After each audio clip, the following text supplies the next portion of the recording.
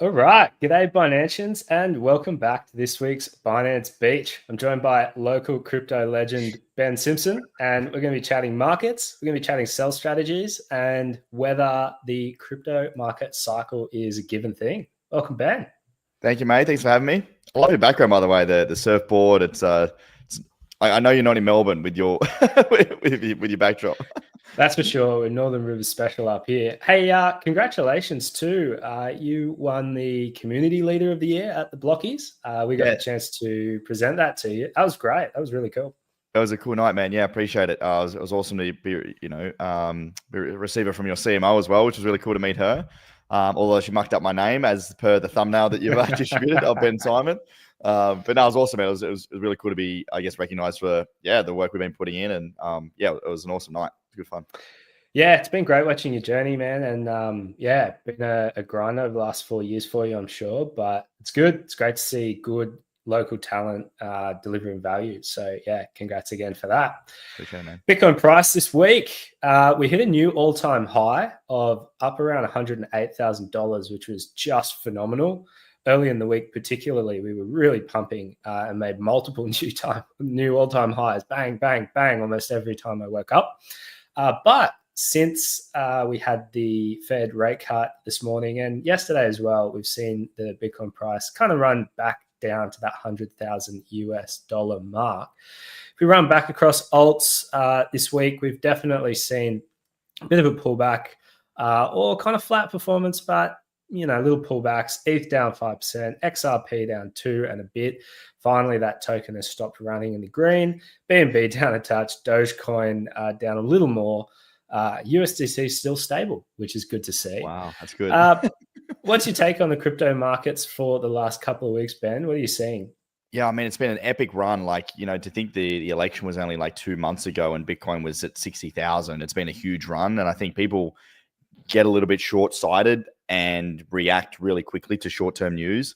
In every bull market, you have huge volatility. Like there's, with the massive growth that you get in this industry, like there's leverage that needs to be flushed out. There's things that happen. And obviously overnight with the Fed, reducing interest rates, I think like the markets probably weren't expecting that or weren't too impressed by like the hawkish pivot, like the idea that there was going to be less expected rate cuts in 2025. The US dollar started to rally, which historically isn't great for crypto. So yeah, overall Bitcoin, I think in the short term, this sort of sell off and especially the alts as well are going to take a little bit of a hit. But I mean, and I'm sure we'll get into this, just the tailwinds we have behind crypto at the moment is just phenomenal. Like it's so exciting to see so much happening. And I just think the biggest thing you've got to do is just remember to step back and realize where we've come from and where we're going and not get too caught up in sort of the micro day-to-day reaction of the market. I think we had $700 or $800 million of liquidated longs overnight as well, which happened a week or so ago. We had, I think it was 1.3 trillion in liquidated longs, and then we bounced after like 2 days. So, it's pretty bullish what's going on at the moment, outside of the corrections that happen. Yeah, and we're used to big pullbacks even in bull markets. For 30%, 40%, 50%, even on Bitcoin, even on the leading asset in this space. So, yeah, we're still. I think last week, I think you called it a pullback for ants. This week, probably still a pullback for ants. Like, we're not looking like we're gonna see necessarily like a massive pullback on this news specifically, which I guess is a positive thing moving forward.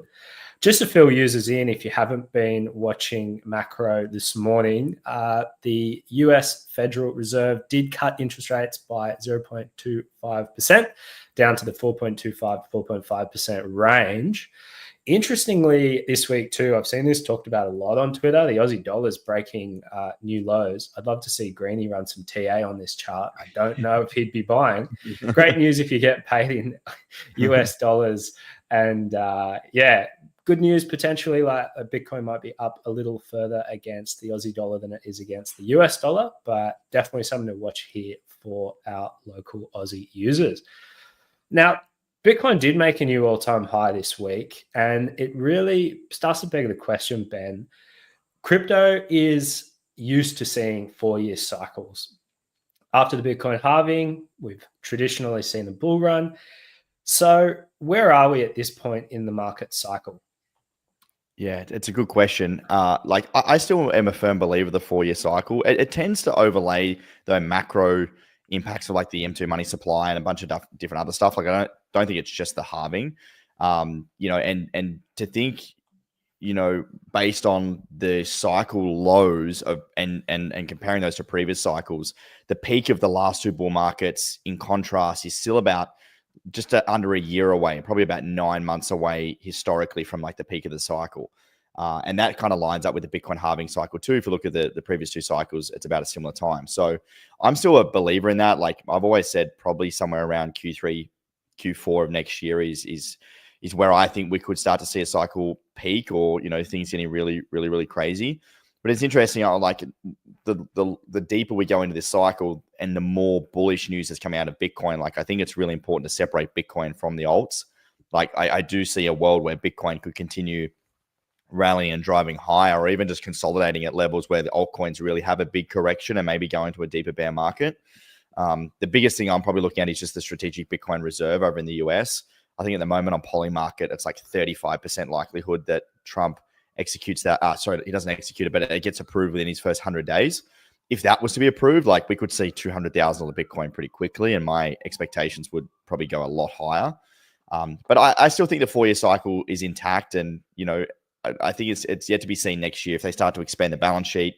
I don't know if they will, even after Jerome last night, reducing interest rates and saying, hey, inflation might be coming back, so we need to just sort of keep a lid on it. I'm still thinking sort of middle to late next year is where my thoughts are. Super interesting. And I think separating Bitcoin from the rest of the crypto market too is fascinating.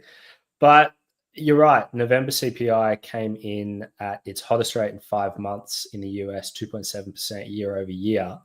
And we've definitely seen markets, traditional markets as well as crypto, kind of drop off overnight at the expectation of not as many rate cuts next year. Of course, Bitcoin often tracks global liquidity. But let's run back to what we should be looking at in terms of market cycles and how users might be considering, managing their portfolios. What have you learned from previous market cycles, and how you're using that knowledge to guide you through this and the coming year? Yeah, I think the biggest one is portfolio allocation. I think what I see a lot of people do is they make the mistake of, as the market goes up, they allocate more and more and more, specifically to altcoins. And usually when you're feeling the most euphoric and things are getting really, really exciting is, close to the back end of the bull market. So, they'll invest a bunch of money into alts later in the cycle, and then they'll end up missing the top. Or they'll have an over allocation to an altcoin that's underperforming and it drags their portfolio along. So I think my personal goal is to accumulate as much Bitcoin as possible this cycle, and I use altcoins to get there faster. So I have about 50% of my Bitcoin, 50% of my portfolio in alts, and the rest in BTC and ETH. And I'm using altcoins to leverage up to then accumulate more Bitcoin. It's like, I think about like a barbell strategy. On the left-hand side, you've got Bitcoin, and the right-hand side, you've got altcoins. You want to move it over. Long-term, through wealth creation, Bitcoin and property, I think are the two best assets you can hold. But in a bear market, like, you do not want to be holding these altcoins, because most of them will, historically, 99% of them will underperform just by holding BTC. So for me, you've got to be pretty selective. Narratives are running really, really hot and quick this cycle as well. We looked last month, if you look at the sector returns, meme coins outperformed everything. This month, meme coins are underperforming every other sector. So like, this space is moving so fast. I think one of the things you've got to remember is just be patient. And I see people make the mistake of getting impatient and starting to chase narratives. So, I'm only up 40% this month, I need to be in other stuff. And they'll go chasing narratives that are pumping. Like, maybe you were late to the meme coin cycle, so you go buy a bunch of memes and now they're underperforming. So I always say, let the narrative come to you. Don't chase the narrative. Like, let the market just play out. Be patient. I think there's some really good sectors that are coming up for 2025, which we can get into if you'd like. But yeah, I think portfolio allocation, remaining patient, and always optimizing to build your BTC stack over time. The barbell strategy is really interesting, and I'd love to dive into that a little further. Particularly so far, we've seen, I think, underperformance from a lot of alts, particularly in like DeFi sector, from previous cycles. But then we've had like XRP, Cardano, these kind of like dino coins pumping. Then we've had memes pumping as well. What's your thoughts on how general retail users are constructing their portfolio and how that's impacting price action? Yeah, I think a lot of retail are only buying altcoins. I mean, like we see a drop off in the market like today, and I'll get a bunch of messages because I put a lot of content out on my social media, and it's like, oh my goodness, I'm down so much. You know, should I sell? Is it all over? And you can tell those folks that are maybe purely in altcoins because those sectors get hurt the most in the downturn, and then they panic. So, you know, I think those Dino coins for sure. I know a lot of people that bought back in 2017 disappeared for 6 years because they did nothing, and now they come back and they probably outperform most of us because no one really expected the Dino coins to pump. So, yeah, I think we've got to remember the market if crypto now is so much bigger than what it was in the past. There's so many different people. There's people buying BTC and ETFs to stick it in their retirement. There's 19-year-olds pumping pump.fund tokens. There's mid 30-year-olds that run businesses that are putting in millions of dollars. There's a range of different people in the market, and that's why these sectors will come and go at different times. And I think that's why you've just got to remain patient. I'm big on DeFi. I'm big on meme coins. Have those sectors, but just remain patient. Have a longer term viewpoint, and you're going to get some attention at some point. I think one of the reasons people might be allocating to alts over Bitcoin is because maybe they feel too late for Bitcoin. Bitcoin's run up such a phenomenal amount. What would you say to someone who thinks they might be too late to Bitcoin? I've heard I'm too late to Bitcoin for like 7 or 8 years. You know, when Bitcoin was at 6,000, people were like, oh, it's just at 3,000, I can't buy now. Or then it got to 15,000, like, oh, I saw it at 9,000, I can't buy now. It's the same thing. It's human psychology. I think Bitcoin's going to the hundreds of thousands. It's a limited supply asset. You know, the retracements are only going to be so far down. The next best day after yesterday was today. And I think you've got to remember that mostly altcoins, probably won't have value or won't be around in 10, 15, 20 years time. But, I'm very, very confident Bitcoin will. So Bitcoin is sound money. Altcoins are speculative. Some of them have value, some of them don't have value, but Bitcoin is hard money, and it's the best asset on the planet, in my opinion. Like, that's what you want to be accumulating. Yeah, there still is a big line in the sand for me between Bitcoin and the rest of crypto. I want to jump into the 4-year cycle and I guess challenge our thinking and ask you for your take. We've talked about Bitcoin maybe, having some bullish catalysts that could help it break out beyond this very up and down 4-year pattern and very distinct market cycle that it's had. Back in 2021, there was a lot of calls for the super cycle, and I'm sure you remember this. And in hindsight, it looks stupid. This tweet in particular from Suzu and a few of his others, who is a notorious investor, hedge fund investor from last cycle, caused a lot of stir. People were talking about the super cycle. Crypto's going to the moon. It's never going to stop. And of course, we did come crashing back down.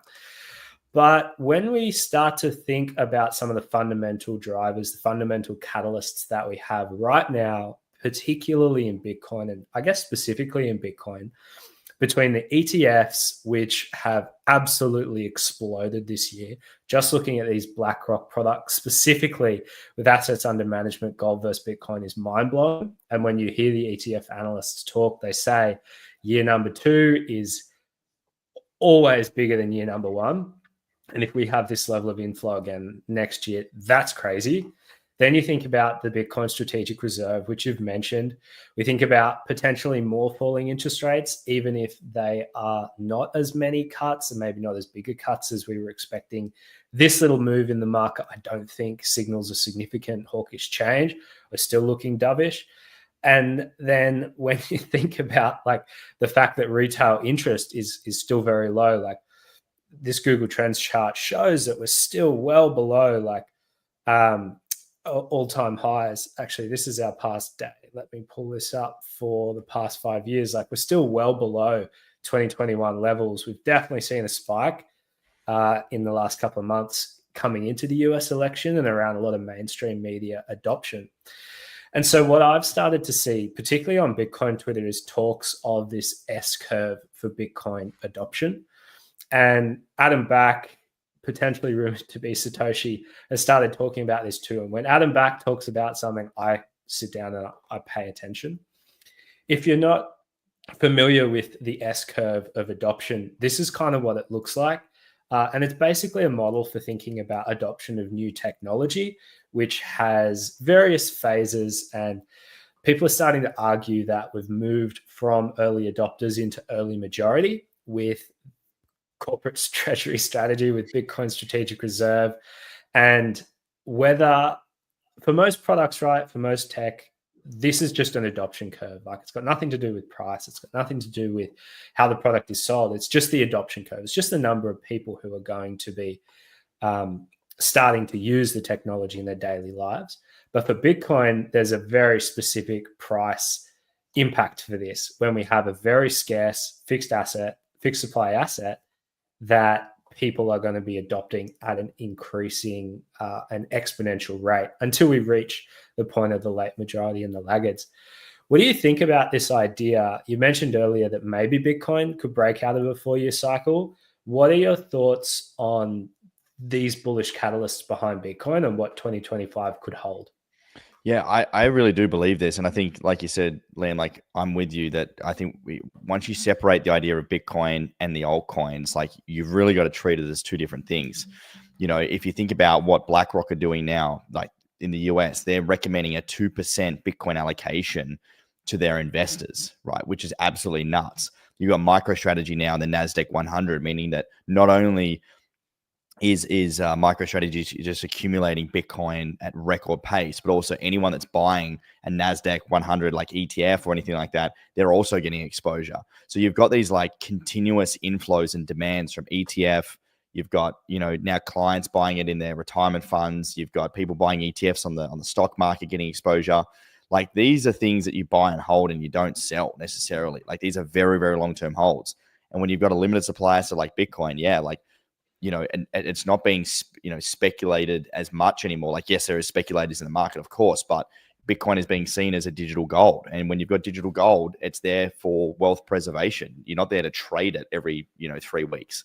And as you look at like the liquidity and available like Bitcoin to buy, and you look at like, you know, something like the MVRV ratio, or you look at just like purely long-term holders, that's what's so beautiful about Bitcoin, is because there's so many people that don't sell. So, you know, a limited supply asset with increasing demand only goes one way.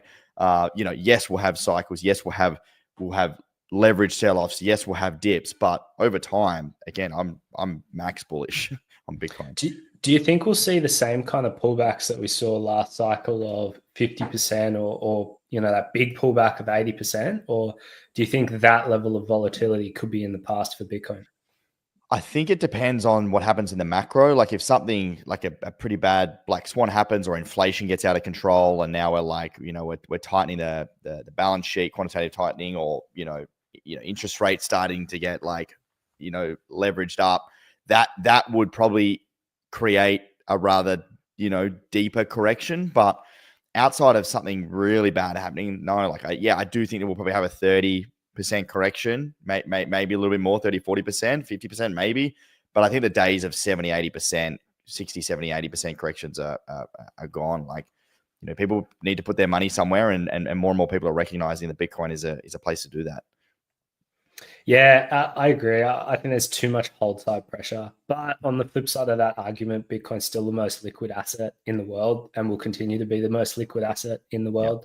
Yep. And Jack Mallers says this, and I think it's the most poignant observation, is when somebody has to liquidate assets, they sell what they can, not what they want to.